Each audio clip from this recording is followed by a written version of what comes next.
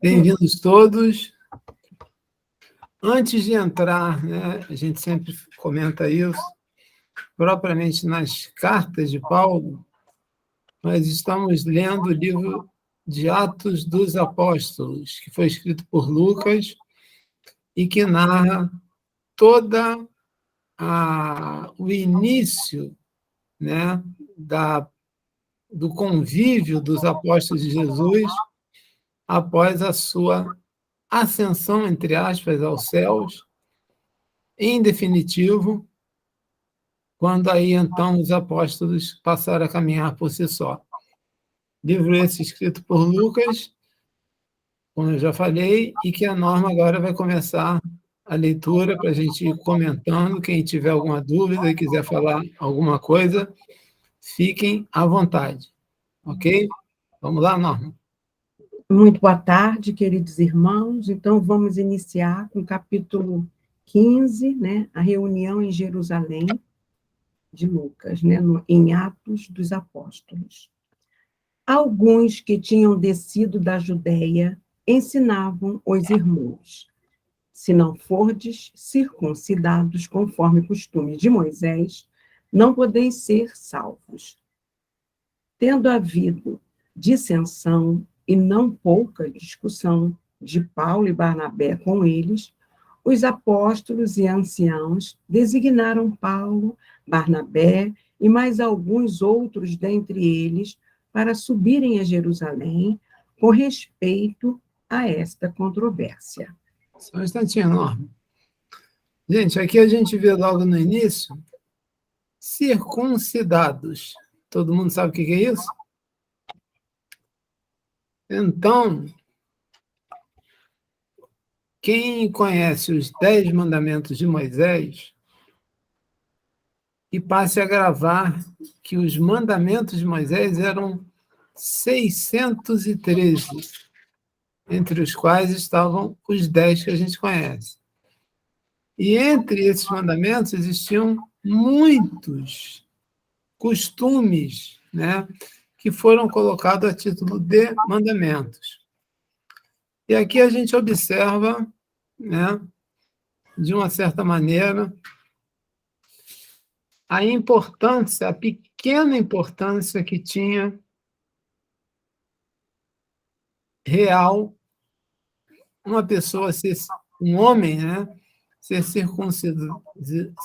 circuncidado ou não para ser salvo. Salvo seria ir para o reino dos céus, para o reino de Deus.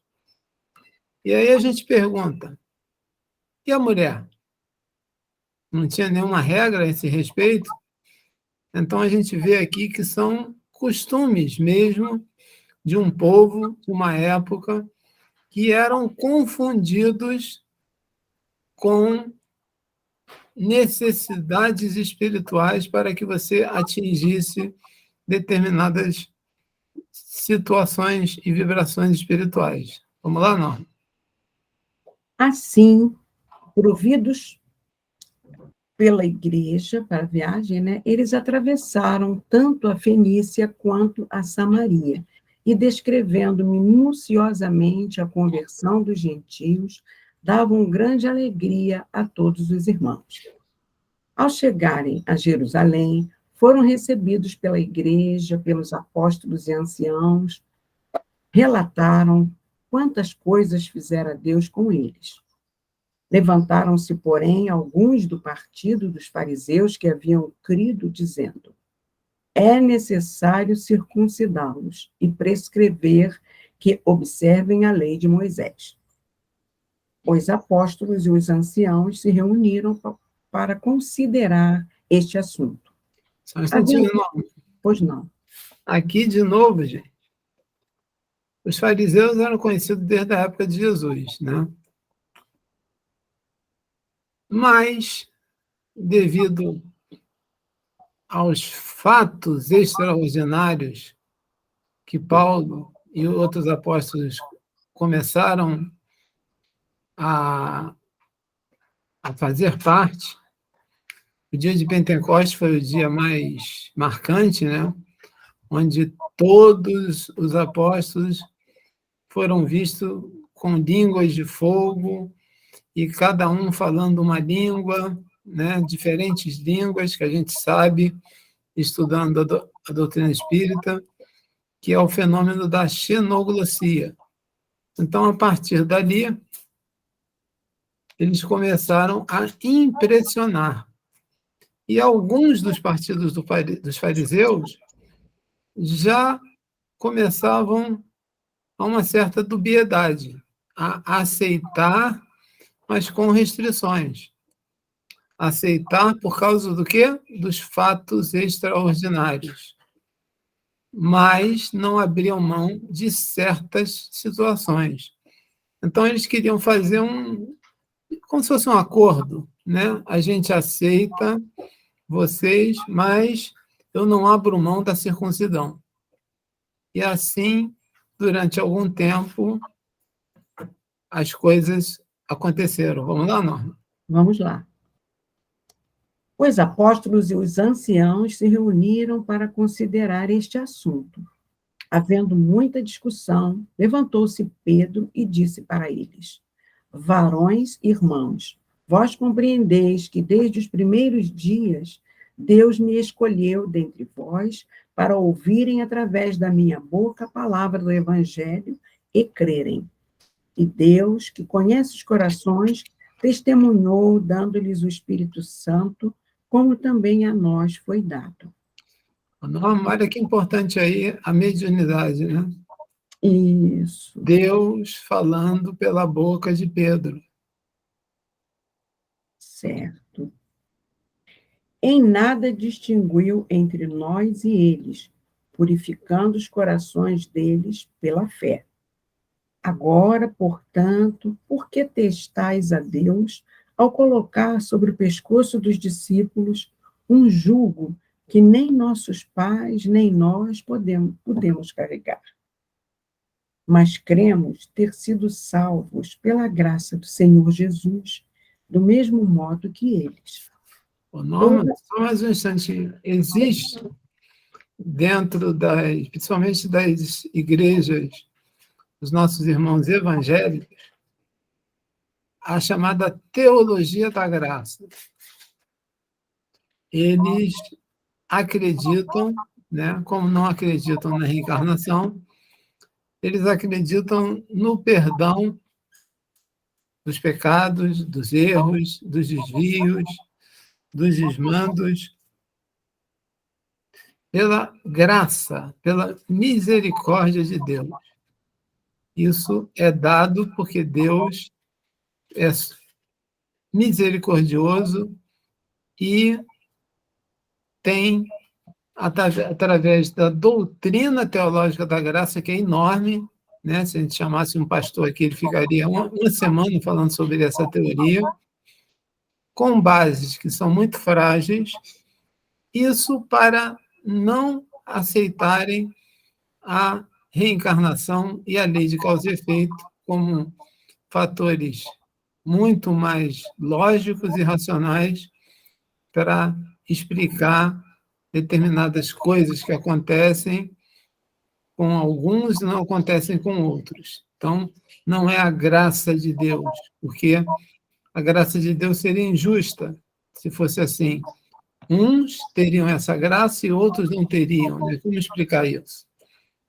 A gente, pensando racionalmente, né,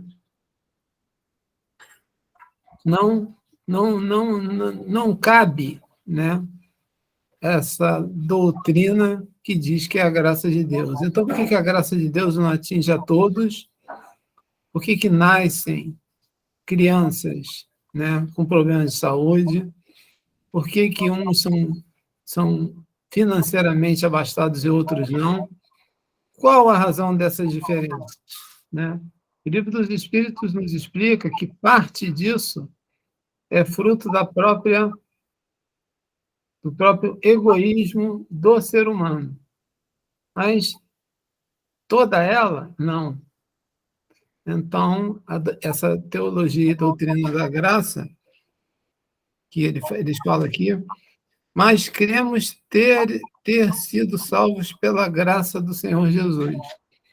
Foi amplamente desenvolvido pelas igrejas que se desviaram do ensino da reencarnação e das leis de causa e efeito. Vamos lá, não. Vamos. Toda a multidão se calou e ouviu Barnabé e Paulo explicando quantos sinais e prodígios Deus fizera entre os gentios através deles. Depois que eles se calaram, respondeu Tiago, dizendo: varões irmãos, ouvi-me. Simeão explicou como Deus primeiramente visitou para tomar dentre os gentios um povo para o seu nome. E como isto se ajusta às palavras dos profetas, conforme está escrito: depois destas coisas, retornarei e edificarei a tenda caída de Davi. Reconstruirei as suas ruínas e a restaurarei, a fim de que os homens remanescentes busquem ao Senhor e todos os gentios sobre os quais foi invocado o meu nome, sobre eles, diz o Senhor, que fez estas coisas, conhecidas desde a antiguidade. Por isso, eu julgo que não devemos importunar os que dentre os gentios estão retornando para Deus, mas escrever-lhes que se absterem das contaminações dos ídolos, da infidelidade, do animal estrangulado e do sangue. Pois Moisés tem em cada cidade, desde os tempos antigos, os que proclamam nas sinagogas, onde é lido todos os sábados.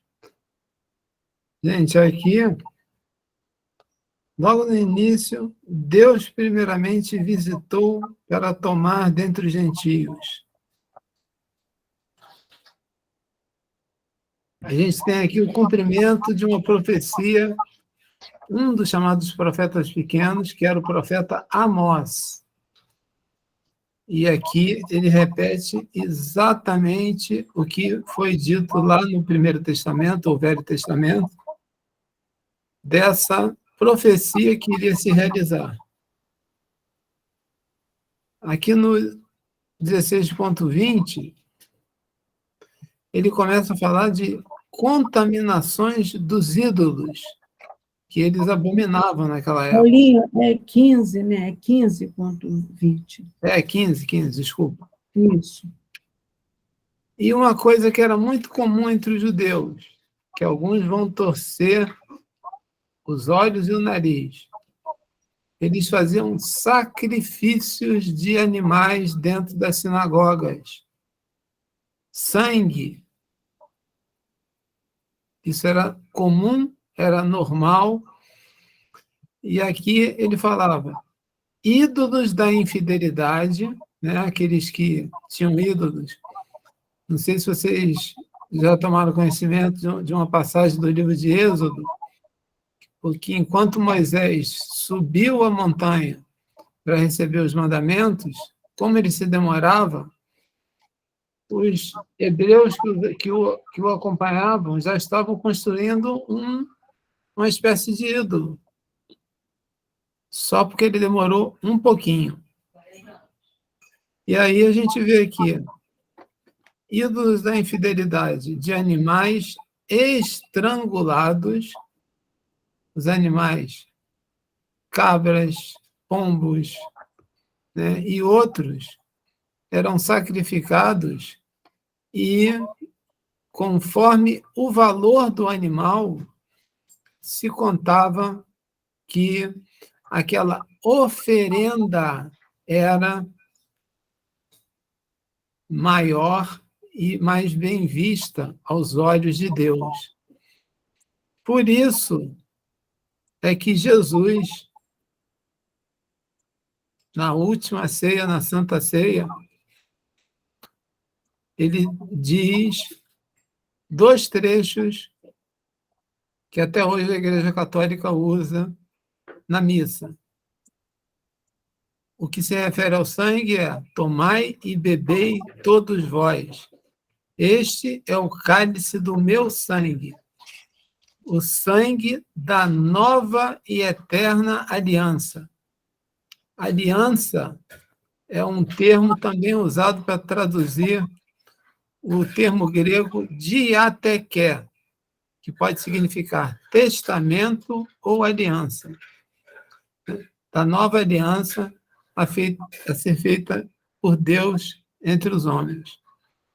E ali Jesus propunha que se acabassem os sacrifícios de sangue, porque ele próprio se daria como Cordeiro de Deus para o sacrifício último e final.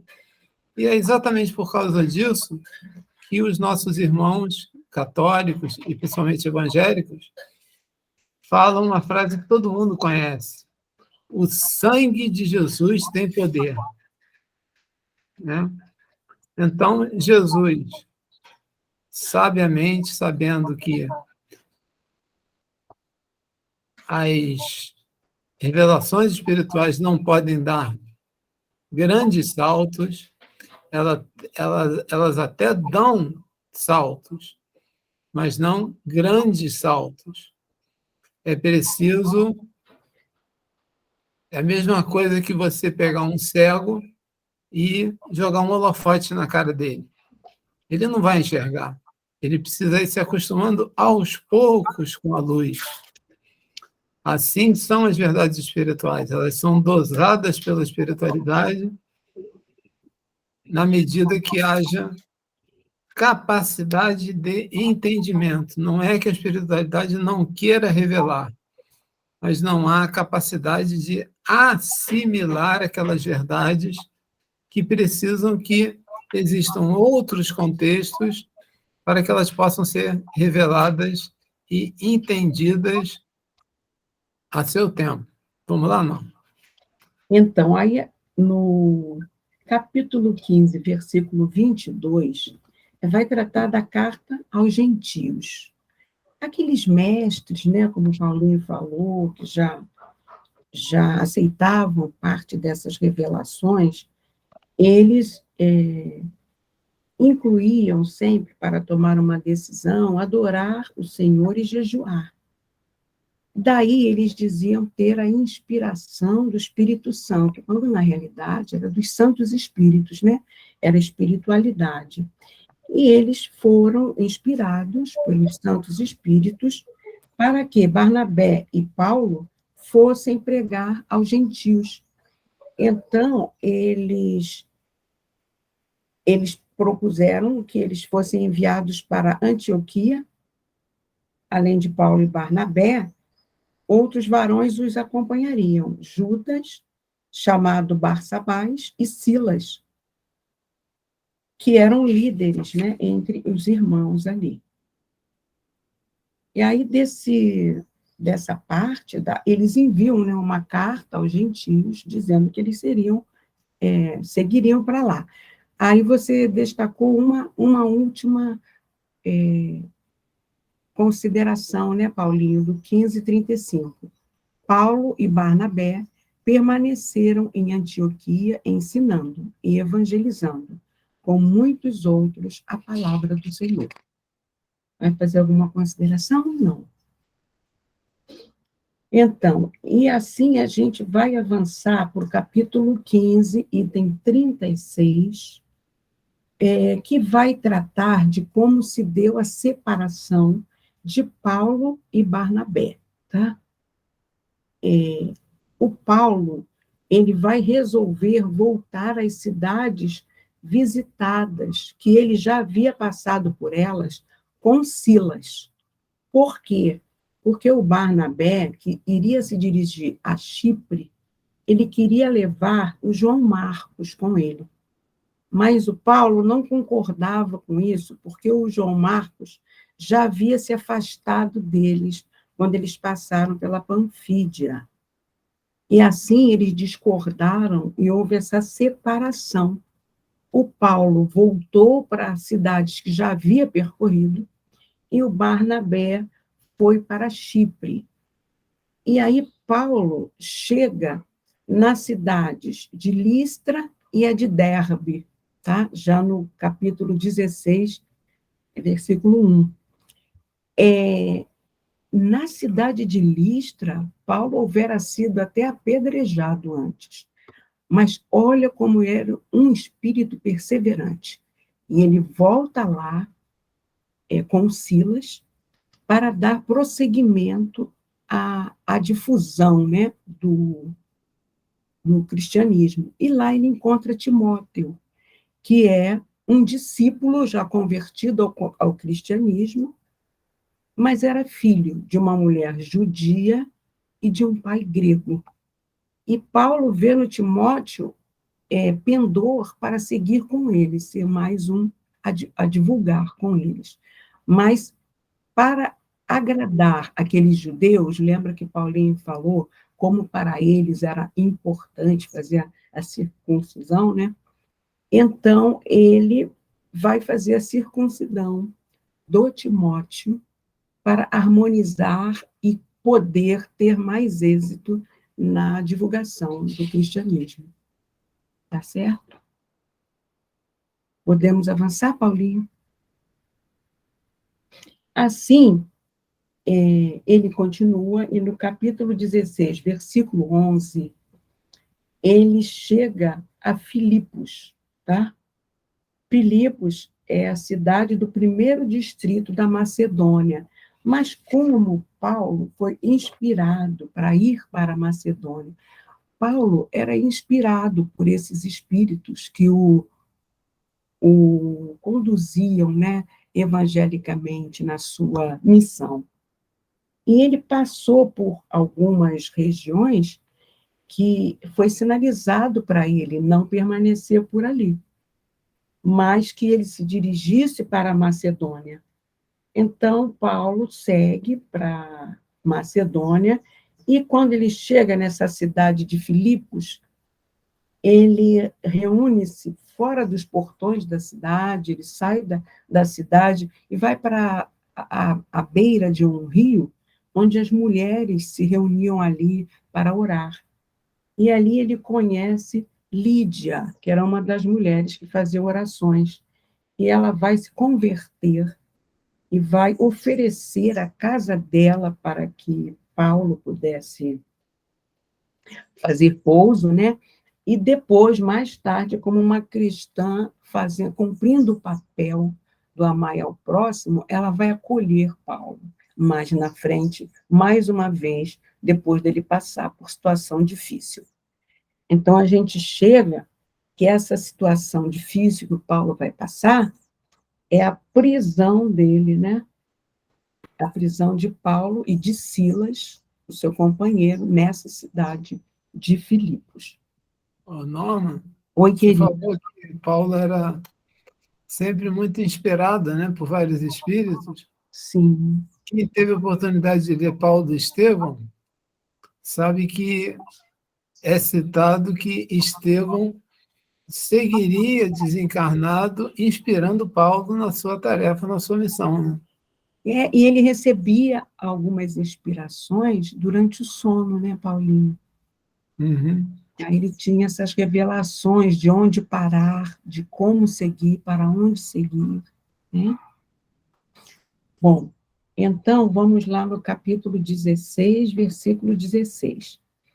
E sucedeu, e indo nós para o lugar de oração, veio a nosso encontro certa criada, que tinha um espírito de Piton, a qual proporcionava muito trabalho aos seus senhores, fazendo oráculos. Ou seja, era uma jovem que fazia adivinhações, né?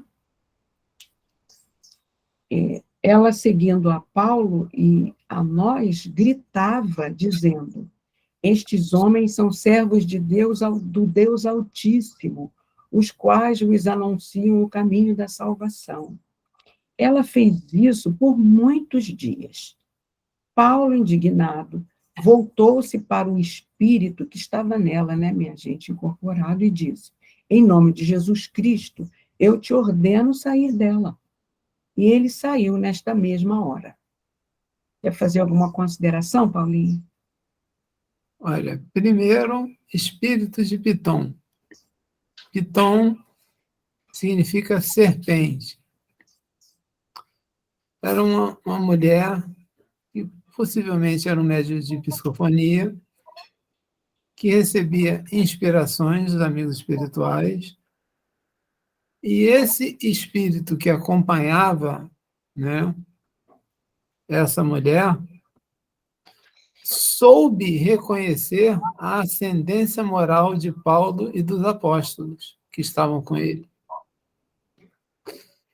Tem até uma passagem que eu não sei se a gente já passou por ela, ainda vai passar, que exorcistas hebreus tentam fazer o que Paulo fez. E o espírito, né, quem já trabalhou nisso, né, Celso, Gilson, fala simplesmente para ele: Jesus eu conheço, Paulo também, mas quem é você? E não foi embora, não. Ficou lá. Agora aqui com Paulo, o negócio era mais embaixo, né? Podemos continuar, Paulinho? Vamos lá. Vendo os senhores dela que se acabou a esperança de trabalho deles, tomando a Paulo e a Silas, os arrastaram para a praça perante as autoridades. Por que eles fizeram isso? Porque eles cobravam pelas adivinhações que essa jovem, que era escrava deles, né, fazia. E então, quando ela foi ali, né, exorcizada, como o Paulinho falou pelo Paulo, eles temeram, né, a descredibilidade dela. E com isso eles arrastaram para a praça perante as autoridades. E conduzindo-os aos pretores, disseram: estes homens, sendo judeus, perturbaram a nossa cidade. Prestem atenção que eles estão considerando que Paulo e Silas eram judeus, anunciando costumes que nos é lícito receber nem praticar por sermos romanos. Levantou-se a turba contra eles, e os pretores, rasgando as vestes deles, mandaram açoitá-los com varas. Tendo imposto sobre eles muitos golpes, os lançaram na prisão, ordenando ao carcereiro guardá-los com segurança. Ele, recebendo tal ordem, lançou-os na prisão mais interna e prendeu os pés deles no tronco. Por volta da meia-noite, Paulo e Silas estavam orando e entoando hinos, salmos, e os prisioneiros escutavam. A eles, de repente, ocorreu um grande terremoto, a ponto de serem sacudidos os alicerces do cárcere. Abriram-se imediatamente todas as portas e todas as amarras foram soltas. Despertando e vendo as portas da prisão abertas, o carcereiro, puxando a espada, estava prestes a eliminar a si mesmo, supondo terem fugido os prisioneiros. Quer comentar aqui, Paulinho? Ou eu comento? Pode comentar, não. Então, por que essa decisão drástica do carcereiro, né? Porque ele, nessa função, se os prisioneiros fugissem, ele receberia a mesma pena dos prisioneiros.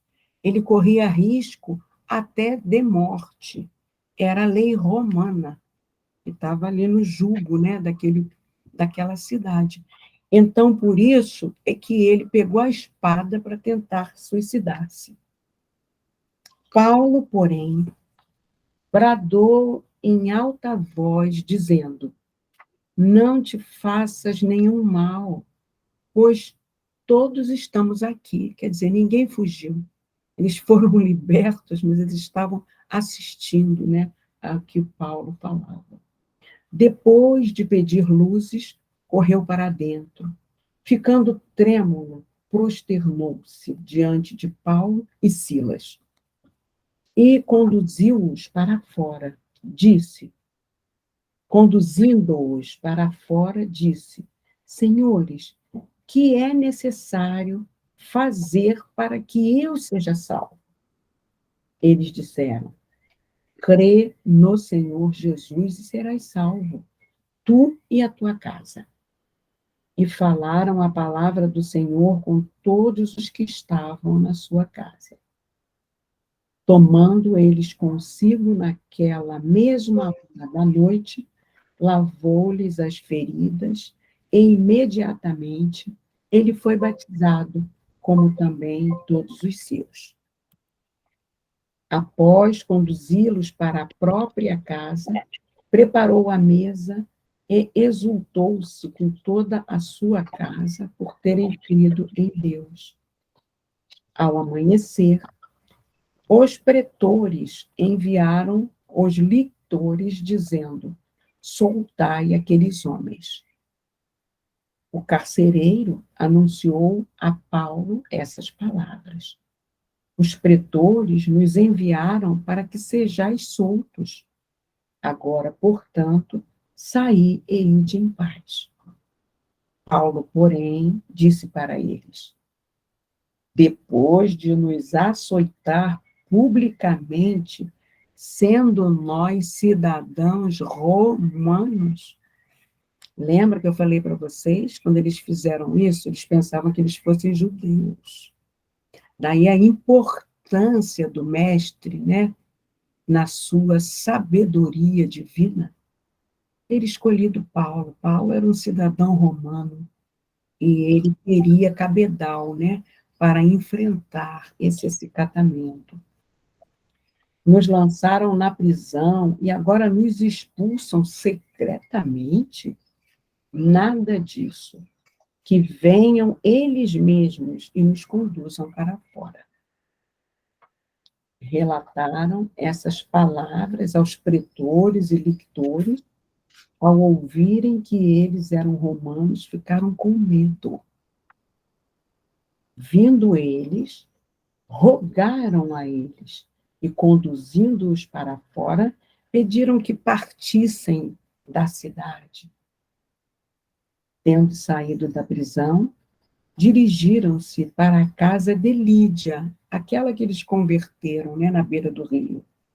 Vendo os irmãos, os confortaram e partiram. Então, a liderança da prisão, quando soube que eles eram romanos, vieram até eles para se desculparem e pediram, né, para que eles saíssem em segurança e seguissem o caminho deles. Esta revelação de Paulo ser um cidadão romano, então, deixou eles com medo, meus irmãos. Isso porque um cidadão romano não poderia jamais receber aquele tratamento de violência pública, né, que foi imposto a eles dois. Então, além, como a Norma falou, né, era uma humilhação o que eles passaram. E aí, não era jeitinho brasileiro, mas eles chamaram no canto, né, trataram bem, falaram: olha, vocês vão embora, finge que nada aconteceu, né? Fica tudo por isso mesmo, vamos esquecer, foi um engano, vocês desculpem. E, ó, tapete de seda para eles irem embora, porque senão a coisa poderia ficar complicada. Voltando aqui na prisão, a gente observa aqui que algum tipo de fenômeno físico aconteceu, né? Porque ele fala aqui de influência em o quê? abertura de portas, cadeados, Uhum. trancas, terremoto. E aqui a gente vê claramente as manifestações físicas que hoje são tão raras, mas que naquele tempo elas existiam por todos os lados, como a se derramar pela humanidade, que era descrente da espiritualidade, ou então que acreditava na espiritualidade de uma maneira e de um relacionamento que não era o mais positivo. E então a gente observa aqui que o carcereiro ele se converte e passa a respeitar em função de quê? Do daquilo que impressiona, daquilo que causa espanto, daquilo que é considerado, entre aspas, como milagre, coisa inexplicável, portas se abrindo, terremotos acontecendo, né? E o medo se faz presente. Quem são esses homens, né? Que poder é esse que eles desconheciam? Então é muito natural que pessoas que desconheçam por completo os fenômenos espíritas, tão bem explicados no primeiro manual de mediunidade que se tem história na humanidade, que é o Livro dos Médiuns, que explica todos esses fenômenos, fenômenos físicos, a psicofonia, a psicografia, né? Moisés, a gente pode considerar que foi um dos primeiros psicógrafos já registrados, só que foi em pedra, né? As tábuas da lei eram de pedra, estavam ali, segundo fala lá o livro de Gênesis, né? Os 10 mandamentos foram escritos nas tábuas da lei. Então, o dedo de Moisés teve algum poder especial que pôde riscar as pedras. E aqui a gente observa, além não só do fantástico e do maravilhoso, dos terremotos, né, dos fenômenos físicos, a ascendência moral de Paulo e dos seus apóstolos e a ascendência como pessoa física, como cidadão. Né? Paulo era judeu, filho de judeus, de hebreus, foi educado na cidade de Tarso, daí o nome dele, né, porque antigamente não tinham sobrenomes, ser Saulo de Tarso, que depois virou Paulo após a conversão, o encontro com Jesus. Naquela época, Tarso rivalizava com Atenas, onde tinham os grandes filósofos gregos, né, as escolas, que eram caras, né, não eram baratas, não. Mas os pais de Paulo eram pessoas de posse, tinham dinheiro, eram benquistos na sociedade, tanto que Paulo, enquanto Saulo, era cotado para ser o representante, o chefe geral de todo o Sinédrio, né? Que era a reunião de todos aqueles que representavam a religião, entre fariseus, entre outros grupos religiosos da ocasião. E Paulo, né, na época Saulo, era cotado para ser o principal sacerdote do Sinédrio, principalmente depois que ele se entregou a perseguir os cristãos. E, em função, né, da posição social dos pais, eles compraram, né, um título de cidadão romano, como aqui no Brasil se comprava um título de marquês, de visconde. Então, esse título de cidadão romano, então Paulo aí tem quase que uma tripla nacionalidade.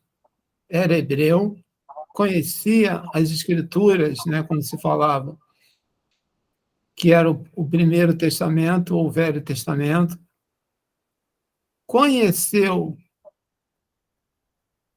tudo de mais importante que se falava de filosofia com os gregos, em Tarso, e, posteriormente, conheceu o que o mestre ensinou com os seus apóstolos, Pedro, né, e outros, Marcos, e foi conhecendo cada vez mais e fazendo discípulos, né? Nós temos algumas mensagens das instruções dos Espíritos do Evangelho segundo o Espiritismo que são de discípulos de Paulo, por exemplo, Erasto, né? Ontem, a gente, no nosso treinamento para o futuro Evangelho no Lar, estudo do Evangelho que a gente vai fazer, a gente estudou uma passagem que era de Erasto, que foi discípulo do apóstolo Paulo. Então, Paulo criou quase que uma teologia própria e é considerado quase que um filósofo, junto com Agostinho, né, que virou santo pela Igreja Católica, o próprio Paulo, que virou São Paulo. E isso porque ele realizou um grande movimento. E, possivelmente, se não fossem todos esses títulos, Paulo seria encarcerado e seria decapitado, seria morto em alguma dessas cidades pelas quais ele passou, porque ele contrariou interesses não só da religião dos judeus, como interesses econômicos, que foi o caso aqui da escrava que era utilizada pelos seus donos, né, digamos assim, na ocasião, para prever o futuro, né? Sabemos, e a doutrina espírita nos ensina, que o nosso futuro nós criamos agora, criamos no hoje. Se queremos saber o nosso futuro, que saibamos plantar boas sementes, que saibamos realizar boas coisas, que saibamos ter a lei de Deus que está na nossa consciência, nos nossos atos e nas nossas palavras, e esse será o caminho mais curto, né, para que realizemos essa conversão. Alguém gostaria de falar alguma coisa? Algum comentário, alguma dúvida?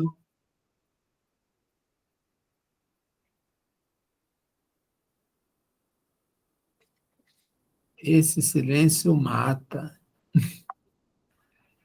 Norma?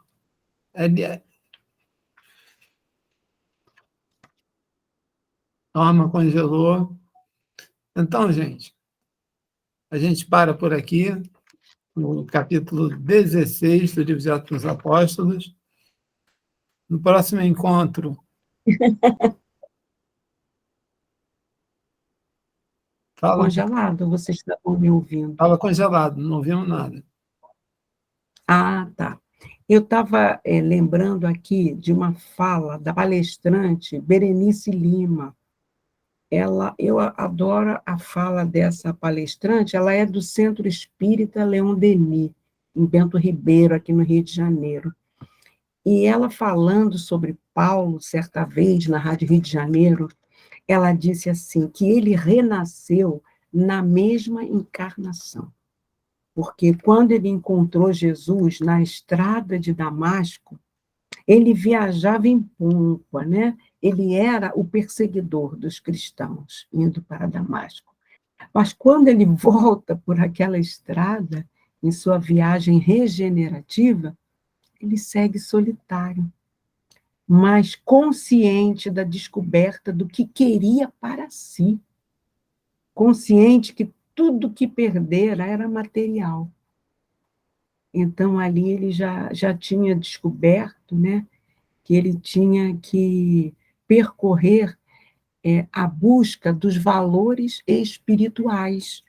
Então, ele passou a percorrer os caminhos que Jesus passara, conhecendo cegos, ex-leprosos, que Jesus curara, para consolidar, né, a sua fé e poder ter um arcabouço de conhecimento para expor as verdades do cristianismo.